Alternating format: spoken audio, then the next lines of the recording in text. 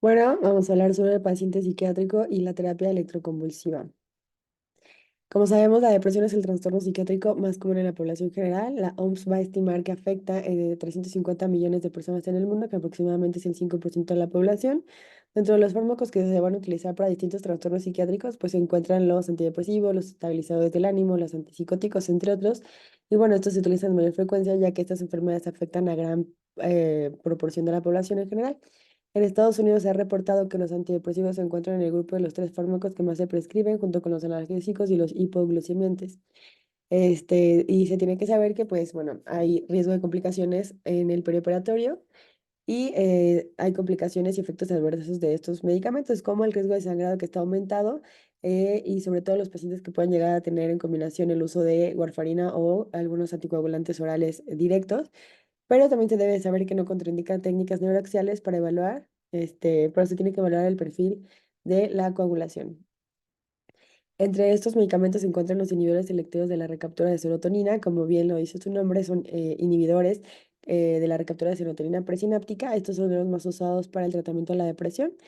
Va a haber aumentado el riesgo de sangrado en el perioperatorio y justo con combinación con los anticoagulantes y antiplaquetarios. Un gran número de fármacos se han asociado al desarrollo del síndrome serotoninérgico, como los IMAE, los inhibidores selectivos de la recaptura, el tramadol y la dextrometorfano, por lo cual, con la dada alta incidencia de que se usa el tramadol para el manejo del dolor postoperatorio, pues se recomienda no utilizar el tramadol en pacientes usuarios de estos medicamentos. En caso de que se tenga que hacer alguna cirugía o alguna intervención, pues es necesario suspender gradualmente 2 semanas antes de la cirugía estos medicamentos, siempre y cuando digamos que estabilizado el trastorno depresivo. Y en caso de que no se pueda suspender, pues se tiene que mantener la terapia durante el preoperatorio con el mismo horario y las mismas dosis. En caso de que el paciente esté consumiendo medicamentos antiagregantes también, y no se puedan suspender estos por alguna indicación, bueno, se tienen que suspender los inhibidores selectivos de la recaptura de serotonina. Pasando con los inhibidores de la monoaminoxidasa, estos, bueno, se unen a la enzima monoaminoxidasa, aumentando los niveles sinápticos de las aminas neurotransmisoras, entre esas la serotonina, la norepinefrina, la epinefrina, la dopamina. Y bueno, por lo mismo, pues pueden liberarse mayores cantidades de norepinefrina que las normalmente encontradas en la respuesta de estimulación de nervios simpáticos por agentes simpático-miméticos. Lo que pues esto puede llegar a causar crisis hipertensivas. Estos medicamentos se utilizan en la depresión resistente a múltiples tratamientos previos por la alta incidencia de los efectos adversos reportados. Eh, Pueden tener interacción con alimentos que contienen sustancias simpático-miméticas de acción directa hasta 2 semanas después de administrar la última dosis del antidepresivo, como la epinefrina, la tiramina, la que está encontrada en alimentos fermentados como el queso, nueces, hígado y sardinas, entre otros. En realidad, se ha investigado y no ha habido algún consenso en cuanto a continuar o suspender estos medicamentos en el perioperatorio, ya que la suspensión pues, puede llegar a causar síntomas de retirada severa y la recurrencia de la depresión, incluso intentos suicida, y mantener estos fármacos pueden producir interacciones fatales, en especial en combinación con agentes simpático-miméticos u opioides. Entonces, estos medicamentos se pueden suspender 2 semanas previo a la cirugía electiva, siempre y cuando se tengan en consideraciones, y bueno, esto se hace la evaluación individual de cada paciente. Continuamos con los antidepresivos tricíclicos. Bueno, inhiben la recaptura presináptica de norepinefrina y serotonina y van a bloquear los receptores posinápticos, colinérgicos, histaminérgicos y los alfa-1 adrenérgicos. Van a tener efectos similares a la atropina. El hecho de que tengan pacientes, sean consumidores crónicos, van a disminuir sus depósitos de catecolaminas noradrenérgicos y hay que mantenerlos en el perioperatorio, ya que estos pueden llegar a producir hipotensión arterial severa y refractaria. Pueden llegar a tener efectos similares a la atropina, como taquicardia, secada de boca, el delirio y retención urinaria. Y también se han reportado que pueden haber cambios en la electrocardiografía, como variaciones en la onda T, prolongación del QRS y bloqueos de rama. La recomendación, pues, es mantenerlos en el perioperatorio, en especial con pacientes que tengan depresión severa y que no tengan enfermedades cardíacas. Si por alguna razón se decide su suspensión, se sugiere descontinuarlos de manera gradual 2 semanas previas a la cirugía para evitar o, pues, minimizar los síntomas del síndrome de retirada y reiniciar su ingesta apenas el paciente se recupere hemodinámicamente y que esté en condiciones para ingerir líquidos. Este, Se pueden también suspender 72 horas previo a la cirugía, ya que estos pueden aumentar la incidencia del delirium postoperatorio y síntomas depresivos. Hay nuevos medicamentos antidepresivos, entre estos van a inhibir la recaptura de serotonina como la noradrenalina. Están los medicamentos la venlafaxina, la duloxetina y la desvenlafaxina. Estos llegan hasta un 30%. Se ha reportado que los pacientes con trastorno depresivo mayor pues pueden no responder a la terapia de la primera línea, por lo que pues se desarrollan nuevos fármacos. Actualmente se les llama antidepresivos duales y aumentan la disponibilidad de la noradrenalina. Tienen algunos efectos adversos como la sedación, náusea, insomnio, taquicardia y algunos efectos anticolinérgicos y pues también se reporta la constipación. La venlafaxina y la duloxetina son inhibidores del citocromo P450, específicamente del CYP2D6, y lo que puede determinar alteraciones de la cinética de algunos fármacos. Hay otro medicamento que es la mirtazapina, que actúa a través de los alfa-2 y es antidepresivo, ayuda también a la ansiólisis y son sedantes. Este medicamento es seguro en el perioperatorio, pero se recomienda que se mantenga en el perioperatorio, ya que esto pues, puede llegar a reducir la ansiedad, náuseas y vómitos postoperatorios. La trazadona es otro medicamento antagonista receptor serotoninérgico A que inhibe la recaptura de serotonina, también tiene un efecto antihistamínico, y por lo que pues, puede producir sedación. También se recomienda mantenerlo en el perioperatorio. Este, Dentro de la venlafaxina, tiene una baja incidencia de hipertensión arterial o anormalidades de la conducción eléctrica cardíaca. Se recomienda no suspenderlo en el preoperatorio. No se han reportado episodios de arritmias y sin embargo no se han realizado estudios con pacientes con enfermedades cardíacas, bueno, cardiovasculares de base. Hasta ahora la literatura médica no ha descrito complicaciones significativas durante cirugías o procedimientos invasivos, por lo que no existen razones pues, suficientes para poder recomendar su suspensión en el perioperatorio. La mirtazapina bloquea los alfa-2 presinápticos y igual tiene efectos sedantes y se recomienda no suspenderlo. Este, mm, También no se ha descrito complicaciones serias en relación con su uso concomitante a procedimientos quirúrgicos. También se recomienda su mantención en el perioperatorio. Dentro de los otros medicamentos que se pueden llegar a reportar es el bupropión. Este es un inhibidor de la recaptura de serotonina y dopamina. Es un antidepresivo y también se trata a pacientes que están dejando el hábito tabáquico. Y también se reporta que es seguro en el perioperatorio. La ketamina, pues, tiene efecto antidepresivo con infusiones bajas. Lo reportan a 0,5 miligramos por kilo. Puede llegar a tener un efecto antidepresivo y puede llegar a tener una duración de hasta 2 semanas. Se usa en depresiones resistentes a varios tipos de medicamentos.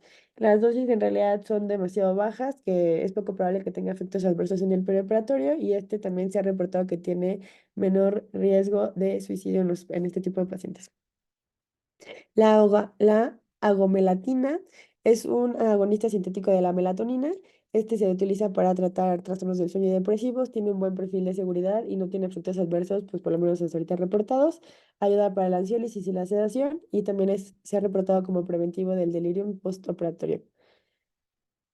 Pasando con los antipsicóticos, están los típicos y los atípicos. Dentro de los típicos o neurolépticos se encuentra el haloperidol. Aumenta la incidencia de síntomas extrapiramidales como la distonía y las atípicos como la risperidona o la aripiprazol tienen un efecto adverso pues muy poco frecuente, pero relevante en su gravedad, porque pues produce el síndrome neuroléptico maligno. También se recomienda mantener todos estos fármacos en el perioperatorio, ya que su suspensión pues rápida puede llegar a precipitar episodios psicóticos agudos y su uso solo se ha asociado con una leve susceptibilidad a la hipotensión relacionada con la anestesia general. Están reportados también con alteraciones QT como arritmias cardíacas y motilidad cardiovascular. También su riesgo es pues en realidad bajo. Y pues tomando un poco el tema del síndrome neuroléptico maligno, pues hay que recordar que produce hipertermia, rigidez muscular y una disfunción autonómica.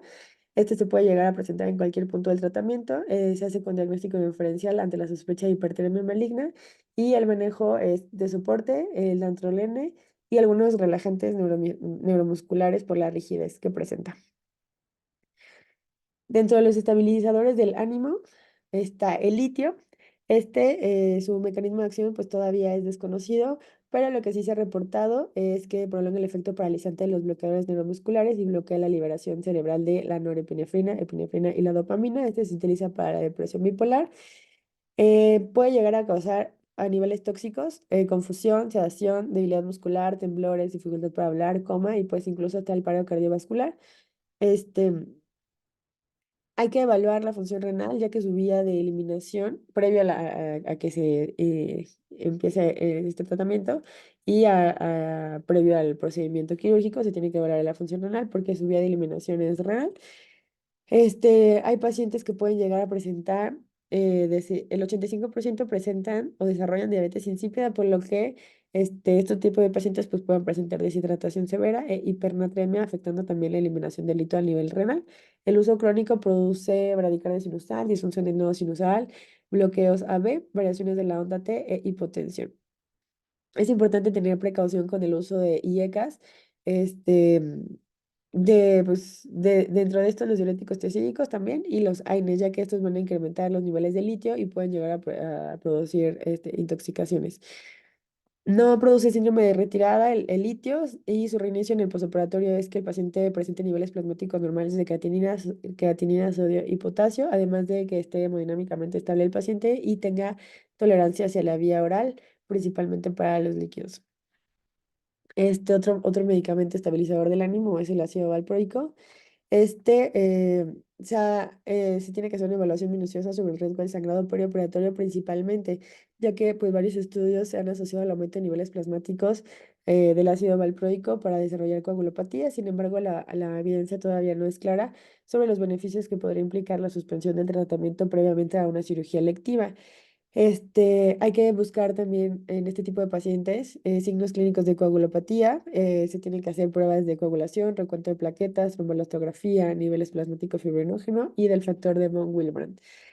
Este, mm, que el momento de suspender este tipo de medicamentos es el día de la cirugía y se reinicia lo antes posible por el riesgo de crisis convulsivas y pues también porque puede llegar a presentar síndrome de retirada. Tomando en cuenta que muchos de estos medicamentos pueden llegar a producir síndrome de serotoninérgico, como se había mencionado en un inicio, pues en realidad la mayoría de los fármacos psiquiátricos que se utilizan hoy en día son muy seguros en el perioperatorio, pero pues el síndrome serotoninérgico se produce por un aumento excesivo de los niveles de serotonina en el en el sistema nervioso central. Su incidencia es baja y se relaciona más con los inhibidores de recaptura de serotonina, los IMAO, el tramadol, la petidina y el dextrometorfano, como mencioné hace ratito. La triada de este síndrome es una inestabilidad autonómica, alteraciones neuromusculares y cambios en el estado mental. Este síndrome es potencialmente mortal. Su efecto adverso, que con mayor frecuencia se menciona, es al uso relacionado con antidepresivos, ya que aumenta pues la disponibilidad de serotonina. Puede ocurrir con dosis terapéuticas, incluso de estos mismos medicamentos. Clínicamente el paciente se presenta como con agitación, confusión, aumento de la actividad motora, inestabilidad autonómica como hipertermia, taquicardia, hipotensión, diarrea, convulsiones, rabdomiólisis, falla renal aguda, arritmias, coma y muerte incluso. Bueno, pasando a la terapia electroconvulsiva, es un procedimiento corto, seguro y eficaz y todavía es controversial en el tratamiento de diversas pues, condiciones neuropsiquiátricas. Hace 85 años, el doctor Serletti, en abril de 1938, aplicó la primera terapia electroconvulsiva o electroshock, como se mencionaba antes, en un paciente de 41 años en una clínica en Roma con un aparato ideado por Lucio Vini, y este fue llevado a cabo sin anestesia durante al menos 30 años reportados. Se documentó la necesidad de la presencia de un anestesiólogo porque estos tipos de pacientes al momento de la terapia pues presentaban un paro respiratorio con movimientos clónicos y cianosis. Las técnicas anestéticas pues han tenido un importante desarrollo pues para mejorar las condiciones y la seguridad de la terapia electroconvulsiva moderna. Esta terapia se utiliza principal para los tratamientos de enfermedades mentales graves, pero se ha visto que también tiene efectos neurobiológicos que pueden tener beneficios en un pequeño número de trastornos médicos, como la enfermedad de Parkinson, incluidos los pacientes con fenómeno de on-off, el síndrome neuroléptico maligno y trastornos comiciales resistentes o intratables.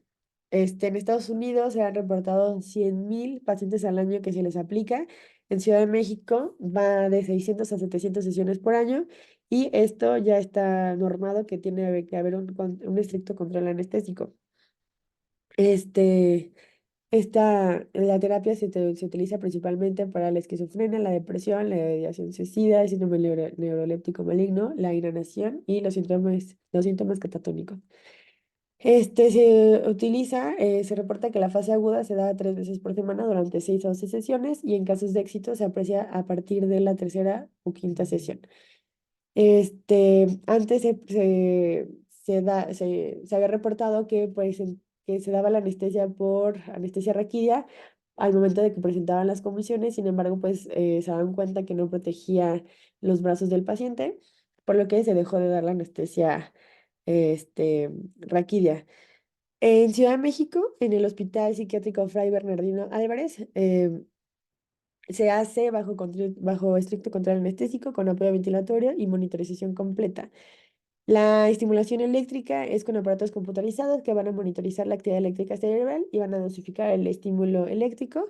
La problemática común es que en realidad los pacientes en ocasiones presentaban lesiones musculoesqueléticas dada por la intensa crisis tónico-clónica, lesiones en dientes y mucosa oral, así como episodios de apnea posictal prolongada, ocasionando a veces el rechazo al tratamiento y dándole ese estigma que aún lo acompaña a este tipo de procedimientos. El psiquiatra Abraham Elting Bennett introduce el curare para prevenir lesiones óseas y musculares en las terapias con cardiazol. La utilización de succinilcolina vino a revolucionar la práctica de la terapia electroconvulsiva al poder contar con un relajante neuromuscular de acción corta para un tratamiento también con poca duración. La terapia electroconvulsiva en México, la primera sesión documentada en México, se realizó en una clínica privada del doctor Samuel Ramírez Moreno el 17 de marzo de 1941 y él fue el que inició con los reportes de este procedimiento en nuestro país. Llegó a utilizar curare, pero menciona que dejó de utilizarlo por la toxicidad y por ser pues muy caro en su uso. En el Instituto Nacional de Neurología y Neurocirugía, Manuel Velasco Suárez, en donde la aplicación de la terapia se inició en 1970 por el doctor Dionisio Nieto, sin que se estipulara la necesidad de la presencia de un anestesiólogo, que fue hasta 1988 que utilizó la técnica con relajante neuromuscular, siendo el fármaco de elección la succinilcolina y en algunos casos con becuronio. En el Hospital Psiquiátrico Fray Bernardino Álvarez, desde su inauguración en mayo de 1967 se aplicó la terapia electroconvulsiva, pero la anestesia se inició hasta 1994 y a pesar de que ya se aplicaba bajo anestesia en otras partes del mundo.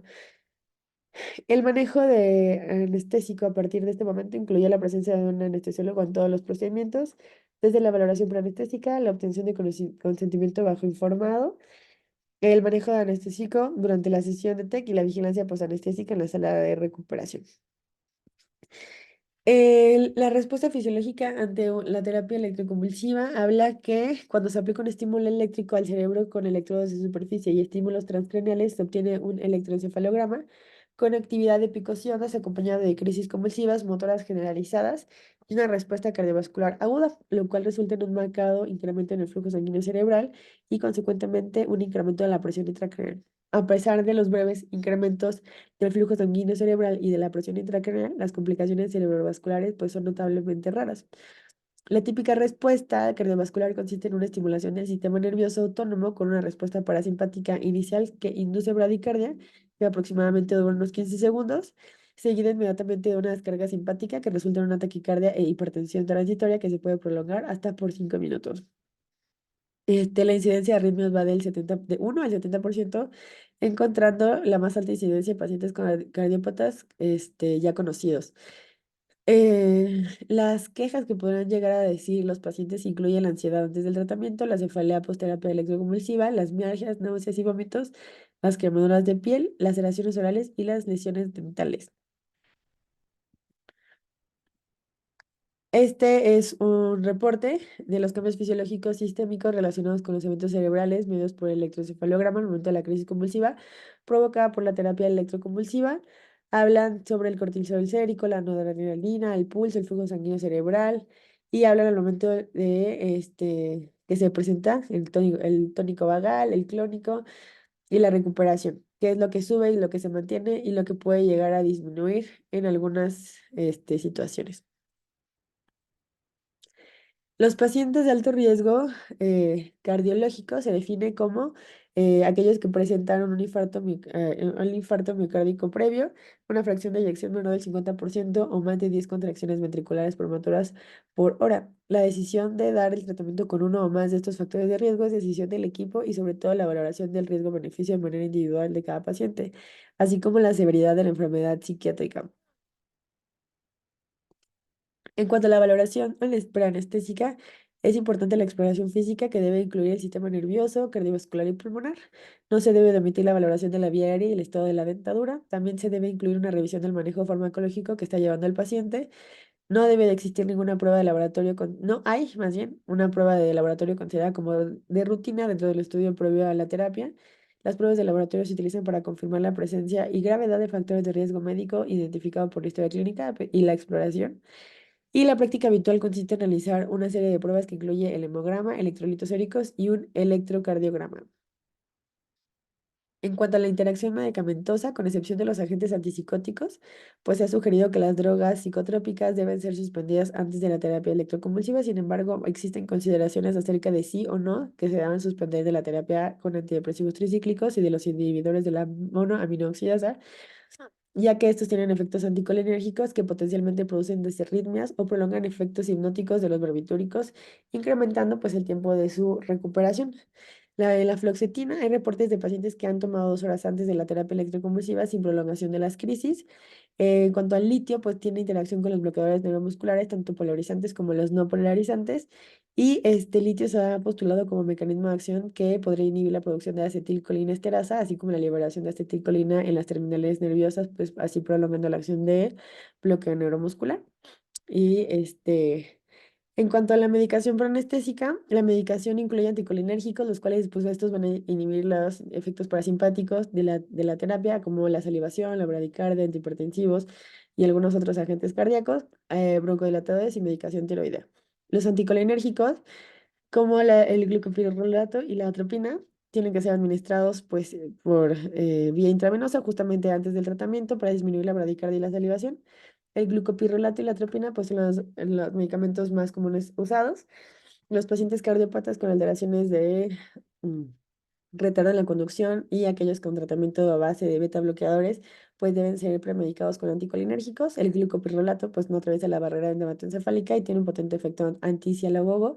Y también pues va a reducir el riesgo de bradiarritmia, por lo que esta es la primera elección. Sin embargo, pues aquí en México pues no se comercializa y se utiliza la atropina, pero pues esta sí cruza la barrera hematoencefálica, por lo que pues altas dosis puede asociarse a excitación del sistema nervioso.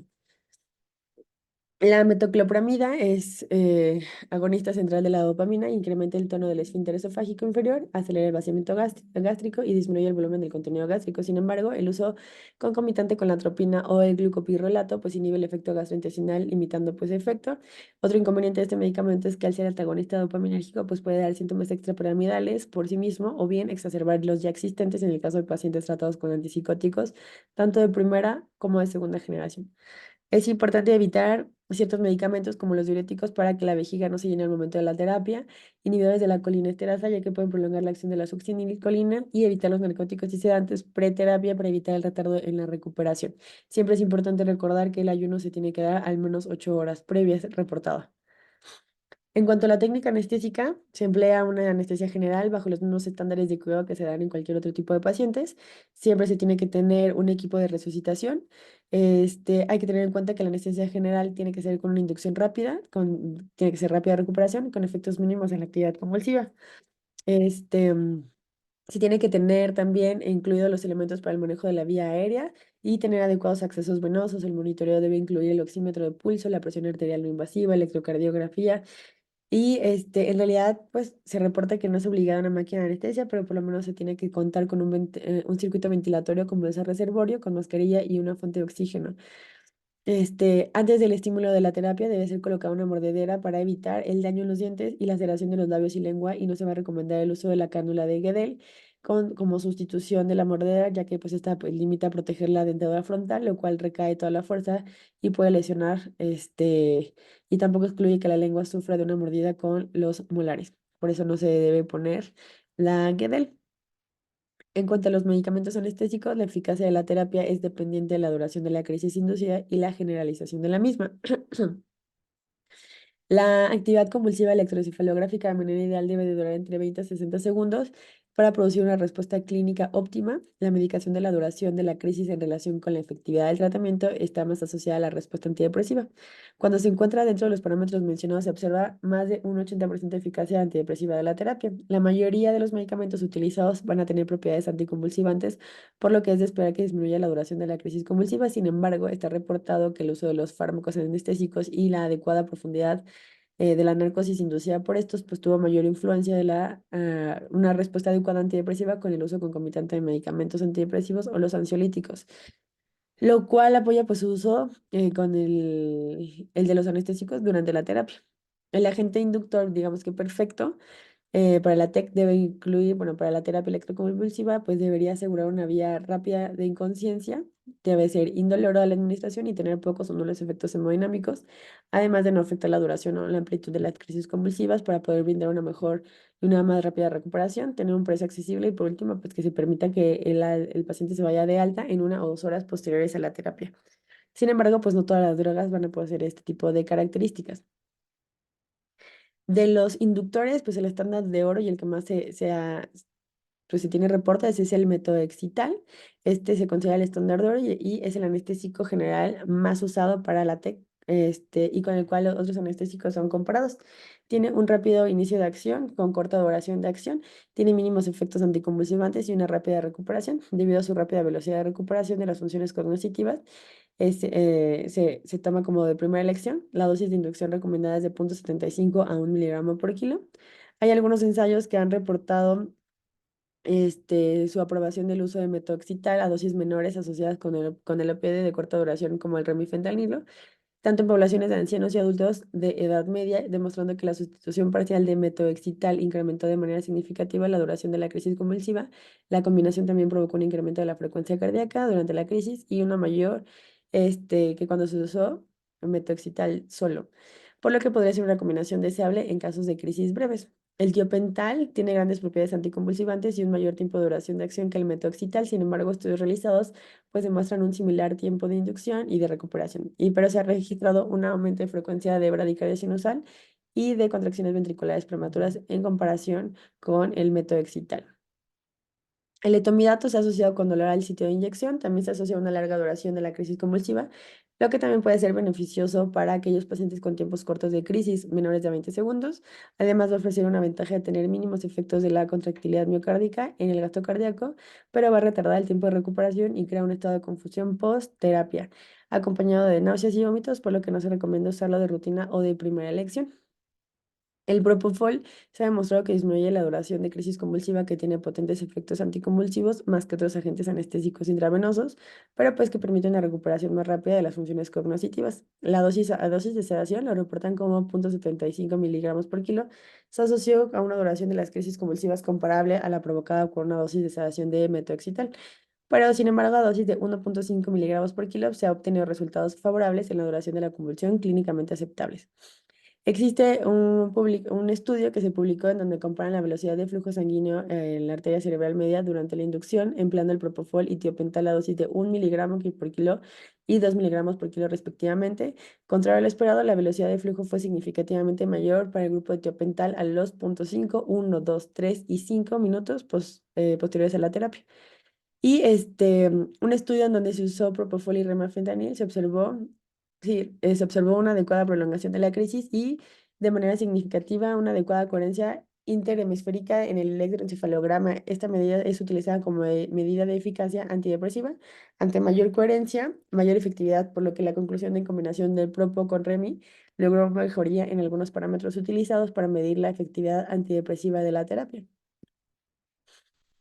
Dentro de los bloqueadores neuromusculares, entre las complicaciones se describen mialgias severas. Las complicaciones de la terapia se reportan mialgias severas, fracturas dentales, fracturas óseas y luxaciones, pero para ello se ha hecho rutinario el empleo de relajantes neuromusculares. El más utilizado de todos es la succinilcolina. Sin embargo, esta ha sido relacionada a hipertermia maligna e hipercalemia.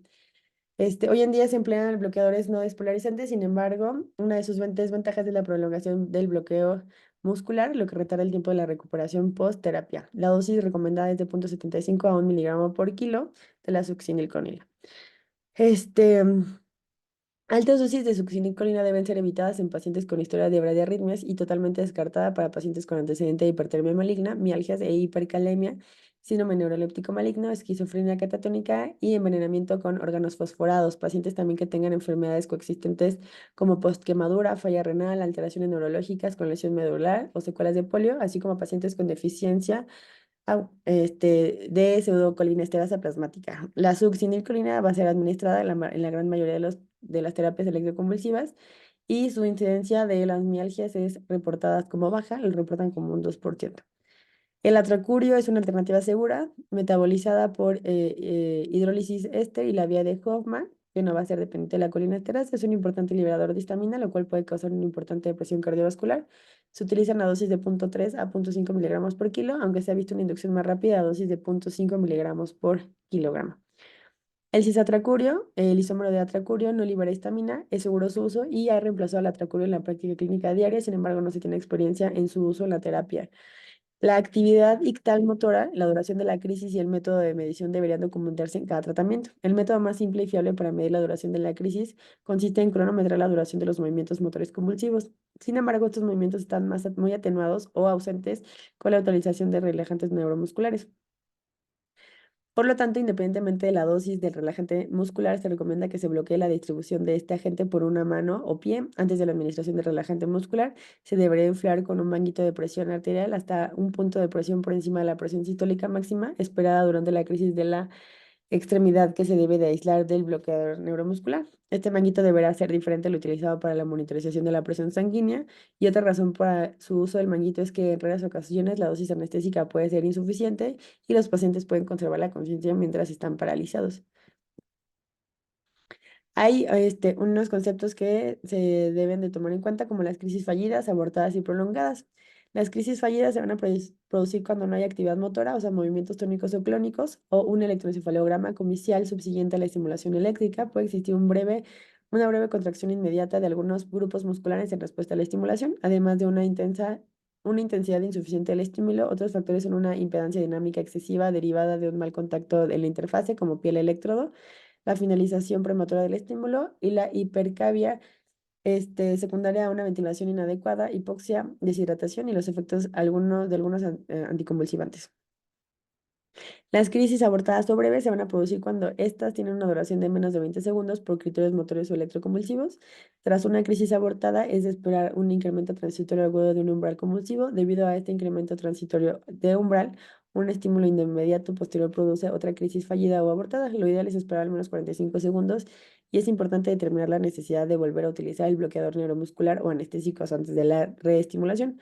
Una causa común es el exceso de dosis de agente anestésico y es recomendable incrementar la dosis del estímulo eléctrico del tratamiento electroconvulsivo en un 10% al utilizarlo cuando se provocó una crisis abortada o breve y no se recomiendan más de 2 estímulos por evento anestésico. La crisis convulsiva prolongada es rara, pero se puede experimentar o bien sufrir el reinicio de la actividad comicial tras la finalización de la crisis inicial, que son las crisis tardías.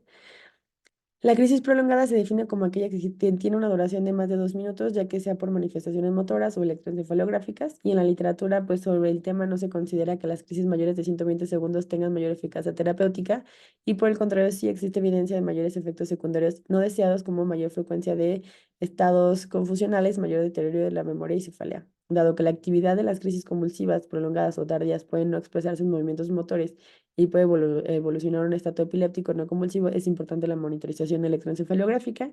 Es deseable solicitar un electroencefalograma en caso de no observar una adecuada recuperación del estado de alerta del paciente que ha tenido una crisis prolongada y el tiempo ha sobrepasado la vida media de los fármacos utilizados para yugular la prolongación de la crisis. Si es evidente que la crisis es prolongada o la hipoxia, pues es necesario intubar al paciente para mantener un adecuado nivel de oxigenación.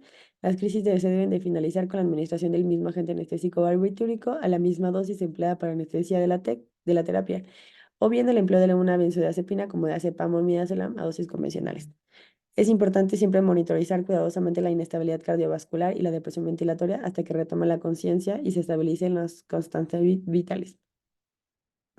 Por último, es importante tener una unidad de recuperación. Los pacientes deben ser vigilados tras la recuperación durante una hora como mínimo de forma proporcional a sus necesidades.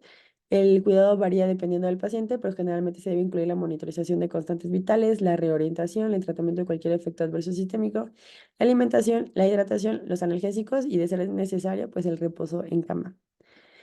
Y finalmente, como conclusiones, pues no existen guías clínicas que orientan sobre el manejo farmacológico de estos pacientes en el perioperatorio. Los antipsicóticos son fármacos seguros en el perioperatorio y se recomienda su mantención para evitar inicios de nuevos cuadros psicóticos. Los pacientes usuarios de antidepresivos pueden tener complicaciones pre, intra o postquirúrgicas tales como hipotensión o hipertensión arterial, arritmias cardíacas durante la cirugía, delirium en el postoperatorio, toxicidad serotoninérgica, aumento en el riesgo de sangrado intraoperatorio, entre otras. Y finalmente los IMAO se han asociado principalmente a crisis hipertensivas, síndrome serotoninérgico y alteraciones en el metabolismo de opioides, para siempre tenerlo en consideración al momento de tener este tipo de pacientes consumidores y usuarios de estos medicamentos.